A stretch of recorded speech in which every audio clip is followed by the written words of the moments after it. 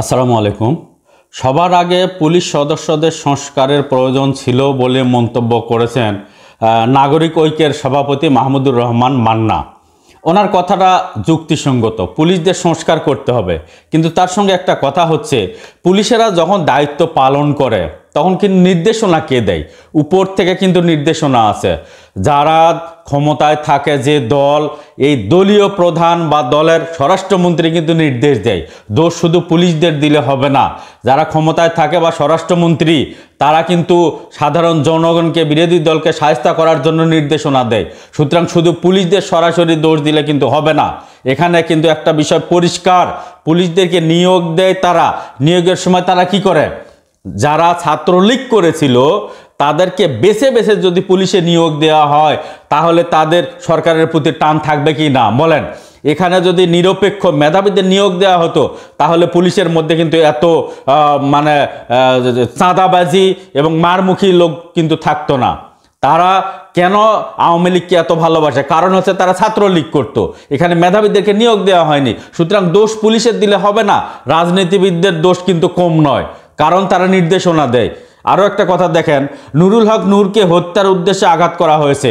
BNP মহাসচিব ফখরুল ইসলাম আলমগীর বলছেন যে নুরুল হক নূরকে হত্যার উদ্দেশ্যে আঘাত করা হয়েছে, অর্থাৎ আইন শৃঙ্খলা বাহিনীর যারা আঘাত করেছে তারা হত্যার উদ্দেশ্যে করেছে।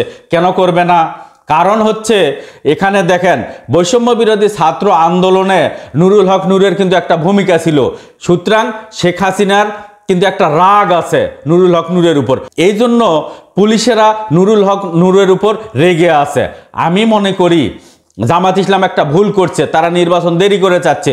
তাড়াতাড়ি যদি নির্বাচন হতো, তাহলে কিন্তু যে সরকারি ক্ষমতায় আসুক তারা কিন্তু নিরপেক্ষ যোগ্য ব্যক্তিদের পুলিশে নিয়োগ দিতে পারত। এখন যারা পুলিশে কর্মরত আছে তারা অধিকাংশ কিন্তু আওয়ামী লীগের নিয়োগ। সুতরাং তাই বৈষম্য বিরোধী ছাত্র আন্দোলনের উপরে তাদের কিন্তু একটা রাগ থাকবেই, এটা হয় কিন্তু স্বাভাবিক। দেখেন পুলিশদেরকে কারা নির্দেশ দিচ্ছে, প্রশাসনের লোককে কারা নির্দেশ দিচ্ছে, দলীয় ক্যাডারদের কারা নির্দেশ দিচ্ছে। ফখরুল ইসলামের কি বলছে, ফখরুল ইসলামের ভিডিওটা একটু দেখেন।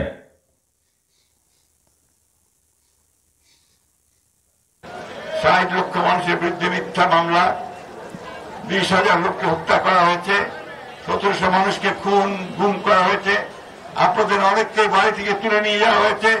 আপনাদের অনেকবার বাড়ি ঘরে আপনারা থাকতে পারতেন না, পাড়া বদল করে থাকতেন, তাই না? সেখান থেকে আমরা অশেষ রহমতে ছাত্রদের এবং আপনাদের একটা অসাধারণ একটা বিপ্লবের মধ্য দিয়ে আমরা মুক্ত হয়েছি হাসিনার হাত থেকে।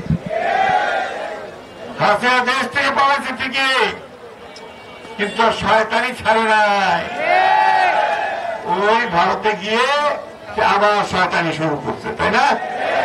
ওইখানে আওয়ামী লীগকে বড় উস্কায় দেয়, ছাত্রলীগকে উস্কায় দেয়, এই তোমরা গোলমাল করো, মিটিং করো, মিছিল করো। ফখরুল ইসলাম আলমগীর আরো একটা কথা বলছে, আইন শৃঙ্খলা রক্ষাকারী বাহিনীর আচরণ নেতাদের উপরে যদি এমন হয়, তাহলে দীর্ঘ 15 বছর ধরে সাধারণ লোকের সঙ্গে তারা কি ধরনের আচরণ করছে?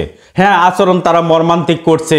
আপনারা এই বিষয়গুলো অবশ্যই জানেন, দেশবাসী সবাই জানেন যে সাধারণ লোকের সঙ্গে আইন শৃঙ্খলা রক্ষাকারী বাহিনী তারা প্রভু এবং চাকরের মতো আচরণ করছে এবং কুকুরের মতো নির্যাতন করছে সাধারণ লোককে, এটা আপনারা সবাই জানেন।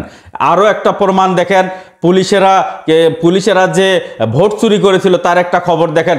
2018 সালে যে রাতের ভোট হয়েছিল, এই রাতের ভোট বাস্তবায়ন করার সবচেয়ে বড় দায়িত্ব ছিল কিন্তু পুলিশ বাহিনীর উপরে।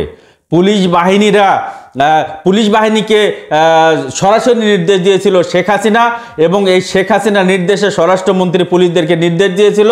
পুরা পুলিশ বাহিনী দিনের ভোট রাতে করেছিল, এবং এই নির্বাচনে জিতার পর পুলিশদেরকে কিন্তু পদক দেওয়া হয়েছিল। আপনারা সবাই জানেন যে এই নির্বাচনে জিতার পর পুলিশদেরকে অসংখ্য টাকা দেওয়া হয়েছিল এবং পদক দেওয়া হয়েছিল। তাহলে দোষটা পুলিশের না তৎকালীন যারা রাজনীতিবিদ, যারা ক্ষমতায় ছিল তাদের? আমি মনে করি পুলিশের চেয়ে যারা ক্ষমতায় ছিল রাজনীতিবিদ, তাদের দোষটা বেশি। আপনারা দেখেন নির্দেশনা কে দিত? নির্দেশনা শেখ হাসিনা থেকে স্বরাষ্ট্রমন্ত্রী থেকে পুলিশের আইজি আবার সাধারণ পুলিশদেরকে নির্দেশনা দিত। দেখেন বাংলাদেশের বর্তমানে এই যে আন্তর্জাতিক অপরাধ ট্রাইব্যুনালে যে বিচার চলছে, এই তাজুল ইসলাম কি বলছে একটু শোনেন। সব কিছুর মূল নির্দেশদাতা হচ্ছেন তদানীন্তন প্রধানমন্ত্রী শেখ হাসিনা, এবং জুলাই আগস্টের ব্যাপারে তিনি যুক্ত করেছেন আসাদুজ্জামান খান কামাল, যিনি স্বরাষ্ট্রমন্ত্রী ছিলেন। এই দুজনের নির্দেশে বাকি কর্মকাণ্ডগুলো হয়েছে সেটা তিনি পরিষ্কার করেছেন। কিভাবে বাংলাদেশের এই মানবতা বিরোধী অপরাধ গত 15 বছরে যা কিছু হয়েছে তার সাথে কিভাবে সম্পৃক্ত, স্বরাষ্ট্রমন্ত্রী কিভাবে প্রধানমন্ত্রীর কাছ থেকে নির্দেশ পেতেন, কিভাবে সেই নির্দেশ নিচের দিকে ক্যারি আউট করা হতো, এই যে সামগ্রিক বিষয়